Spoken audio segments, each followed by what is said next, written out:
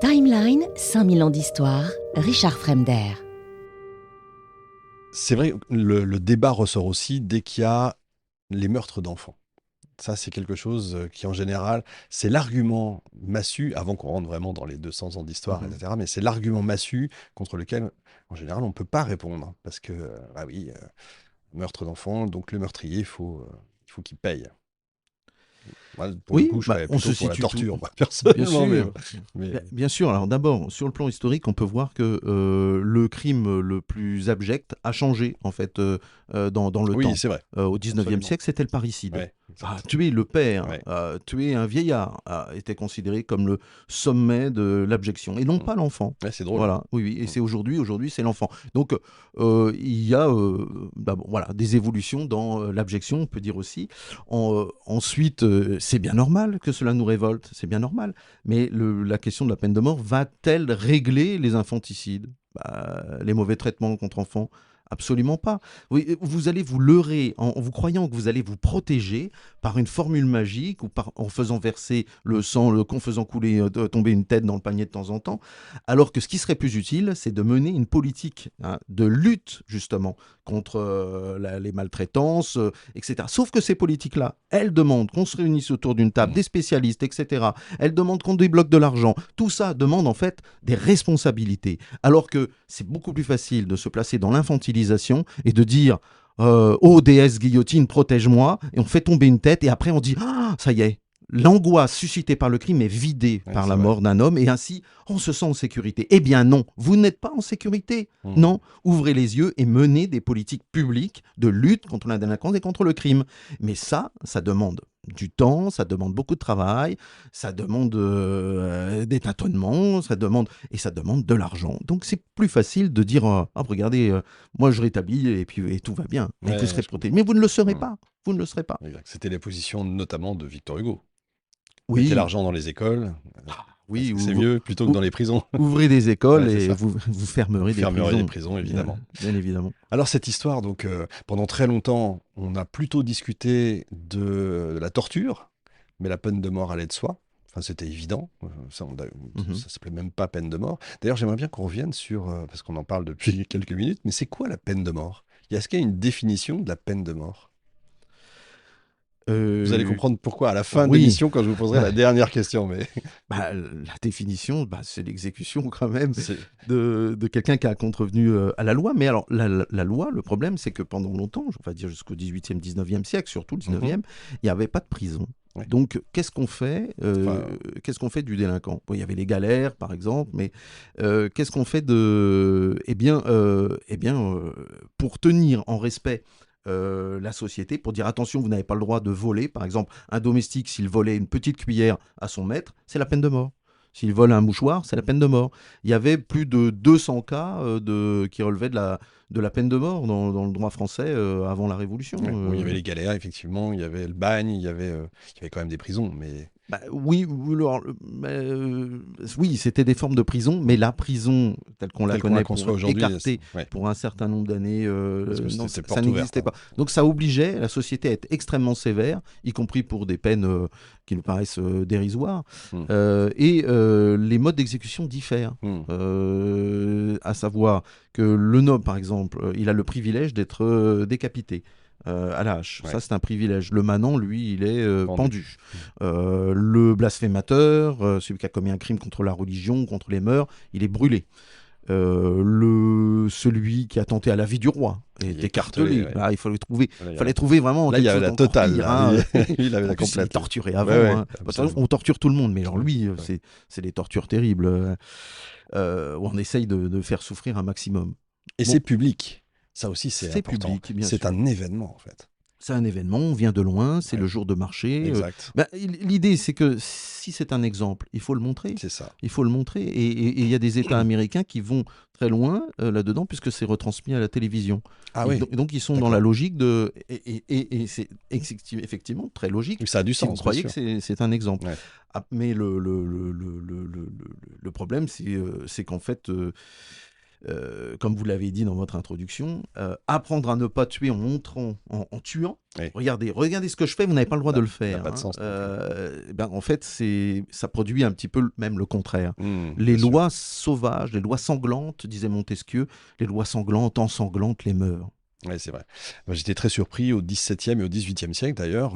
Effectivement, on venait de loin pour assister aux exécutions et il y avait des appartements entiers qui avaient vue sur la cour et qui étaient loués pour l'occasion, où il y avait des soirées, des réceptions pendant ce temps-là. Enfin, c'était avec tout ce qu'on peut imaginer, puisque c'est l'époque du libertinage. Oui, et on s'est Au même aperçu, moment. les pouvoirs publics se sont aperçus effectivement de la contradiction qu'il pouvait y avoir en tuant, en disant ne tuez pas, et peut-être même de l'immoralité. Donc peu à peu, ils ont restreint. Ils ont, par exemple, fait l'exécution, au lieu que ce soit en plein jour, en plein après-midi ou en pleine matinée, ce sera à l'aube. Ça, c'est à partir des années Ouais. 1830. 1870, on supprime l'échafaud, c'est-à-dire donc l'estrade. Ouais, On met la guillotine sur le sol. Alors, ce qui fait qu'à part les premiers rangs, plus personne Exact. ne voit grand-chose.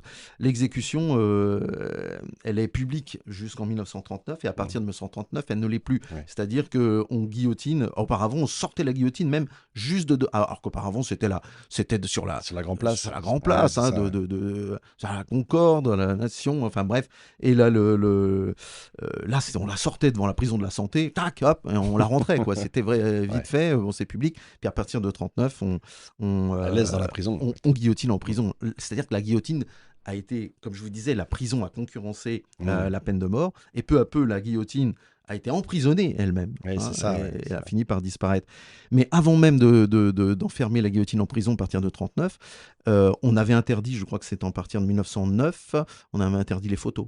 Et ensuite, on a Ah ouais. interdit les films, les photos et les films. D'accord. C'est-à-dire qu'on fait un exemple et on n'y croit pas. Oui, c'est ça. Et c'est Victor Hugo, dès les années 30, qui disait 1830, Oui. 1832, je ne sais plus. Pour qui faites-vous un exemple à l'aube, à 4 heures du C'est matin, pour qui exactement faites-vous un ça. exemple Voilà. Pour les arbres du boulevard Non. Ce que je disais dans l'intro, effectivement, au petit matin. Machin. Et oui, parce que Comme en si vous y catimini, croyez, quoi, c'est ça. bah vous autorisez les films, vous autorisez les photos. Il faut que Exactement. tout le monde voit ça. Ouais, on est dans le paradoxe. Oui, il y a le paradoxe. En fait, on sait très bien que ça ne marche pas. Comme ça ne marche pas, ça. bah, on se sent mal, voilà, on a Mm. un peu honte. Donc petit à petit, ça avance. Comme je disais, on discute plutôt de la torture, qui commence à Oui. être de plus en plus interdite, notamment Louis XVI d'ailleurs, qui Mhm. va. C'est vrai que la torture, c'est la Bruyère déjà qui disait que, donc c'est un siècle avant que ce soit aboli quand même, qui disait mais la torture, la question, comme on disait, la question pendant l'instruction, Ouais, vous il y en avait torturez. deux d'ailleurs, préalable et puis. Voilà, la question préparatoire, Préparatoire la et question préalable. préalable. Ouais, Il disait mais un fort résistera à la torture et un faible avouera tout ce qu'on lui demandera. Avant même que ça commence. Alors que Oui, bien sûr. un faible innocent Bien sûr. sera condamné et un fort qui est coupable résistera C'est ça. et n'avouera pas et sera libéré. C'est complètement fou cette histoire. Ouais, on est d'accord. Donc ça, petit à petit, il y a des discussions et puis ça finira. Et ça commence finalement assez tard. L'abolitionnisme commence assez tard avec un Italien, comme je disais dans cette introduction. Pourquoi lui? Comment ça vient? Comment ça lui vient? On sait. Parce qu'en fait, Oui. c'est un obscur. Oui. Personne ne le connaît. Et puis il va devenir il va devenir oui. hyper connu en fait. Cesare à l'époque. Beccaria, Ouais. traité des délits et des peines. Et son livre va être commenté, lu, traduit, et tous les philosophes, en gros, vont s'aligner sur sa position. Alors, comment ça Pas tous les philosophes, peut-être pas. Oui, On il y a- va- ouais. il y a quelques Il y a des divergences. exceptions, ouais. Quelques divergences, mais c'est quand même. Il se positionne par rapport à lui. C'est quand D'accord, même l'œuvre ouais. fondamentale. Après, c'est des discussions par rapport à Beccaria. Ouais. Il y avait quelque chose qui bouillonnait dans ce milieu des intellectuels. Par exemple, la question du blasphème. Bon, le dernier exécuté pour blasphème, c'est le Chevalier de la Barre en Oui. 1766, si je ne me trompe pas. C'est ça. Montesquieu disait déjà au début du 18e, c'est le plus grand blasphème de tuer un homme au nom de Dieu. On ne fait pas plus grand blasphème, ouvrez les yeux, quoi.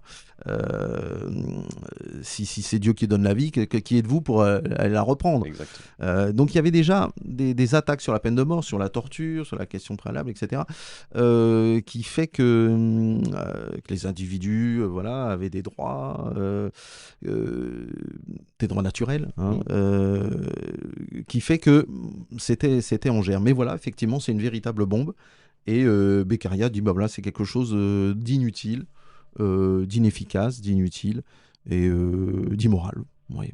Il y avait Thomas More, quand même, au XVIe siècle, qui, dans son livre Utopia, parle d'une société qui n'a pas, justement, la peine de mort. Oui. Alors, il ne Oui, parle oui. pas de peine de mort, qui ne tue personne, franchement. Mhm. Il y a des précurseurs, effectivement, et même en France, il y a l'abbé Morelli, si je ne me trompe pas, 1755, donc 7 ans, 8 ans, 9 ans avant Beccaria. Beccaria, Mais curieusement, c'est un auteur de province qui n'a pas eu beaucoup de succès ouais. et on l'a complètement oublié. Alors que Beccaria, voilà, est élu dans tous les salons et c'est devenu. Et dès 1765, le grand-duc de Toscane se dit, qui a lu Beccaria, dit mais il a peut-être raison. Et donc il va faire un moratoire de 20 ans sur les exécutions capitales pour voir si Beccaria a raison, car après tout, on était dans la pure discussion philosophique. C'est ça, exactement. Alors, est-ce que si je n'exécute pas pendant 20 ans, est-ce que le crime aura augmenté? Normalement, ça devrait augmenter si on croit l'exemple. Ou est-ce que ce sera resté stable? Ou même, figurez-vous, c'était resté stable, ça avait même un peu diminué. Donc, la preuve était faite dès 1785, avec ces 20 ans de moratoire sur la peine de mort, que ça ne servait à rien. L'encyclopédie parle de la peine de mort? J'ai pas le souvenir. Moi, j'ai pas le souvenir qu'ils en parlent, justement. Parce que les philosophes français sont pas tous sur le même, sur le même ordre. Hein. Voltaire a pas vraiment de position. Oh, au début, oui. À la fin, il en a changé. Mais il y a que les imbéciles qui changent pas d'avis. Oui, il a quand même. Et il a été le défenseur de Calas. Oui, le d'accord. défenseur de mais pas Chevalier pour de la la peine de Barre. mort. C'était lui qui était visé d'ailleurs par le crime de blasphème, puisqu'on a brûlé le Chevalier de la Barre avec le dictionnaire philosophique de Voltaire cloué sur la poitrine, ce qui prouve que c'était Voltaire qui était visé plus que le Chevalier de la Barre. Pas faux. Alors il y a oui, des c'est fluctuant, on va dire. Oui, mais il y a quand même la peine de mort en débat et l'idée que c'est peut-être inutile, sauf, et ça, c'est une idée de Beccaria qui va coûter cher par la suite, et qui est reprise un peu par tous les philosophes, y compris par tous les révolutionnaires qui sont issus des Lumières, comme Robespierre, qui, on l'a oublié, est un abolitionniste. Oui, aujourd'hui, ça peut nous faire un peu rire. Marat, justement, etc. On va y venir. Voilà. Enfin, sourire, c'est peut-être pas le grand mot, mais... on peut rire jaune. Oui, Beccaria dit la peine de mort est inefficace, elle doit être supprimée, sauf dans les cas de menaces pour la patrie. De trahison, etc. Donc, c'est-à-dire que dans une atmosphère de guerre civile, dans une atmosphère de guerre, eh bien, au nom de la lutte pour la sauvegarde du pays, on a le droit de... Une période d'exception, en fait. Une période d'exception. C'est ça. C'est très exactement ce qui va arriver. Exactement. Voilà pourquoi Robespierre se dit abolitionniste. Il a écrit sur l'abolition de la peine de mort. Et en même temps vote la mort du roi et soutient la terreur. Exactement. Pour lui, il n'y a pas de contradiction. La peine de mort sera abolie à la paix. Mais là, actuellement, on est en guerre, on a des factieux. Il y a toujours une bonne raison, finalement, pour la conserver. Oui, c'est vrai. Je rigolais hier, pareil, on riait jaune avec un historien hier sur une autre émission, sur le sacre de Charles X, où on se souvenait que dans la première constitution, la personne du roi, enfin c'était écrit, le roi est inviolable et sacré. Heureusement, qu'est-ce que ça aurait été s'il ne l'avait pas été ? Timeline, 5000 ans d'histoire, Richard Fremder.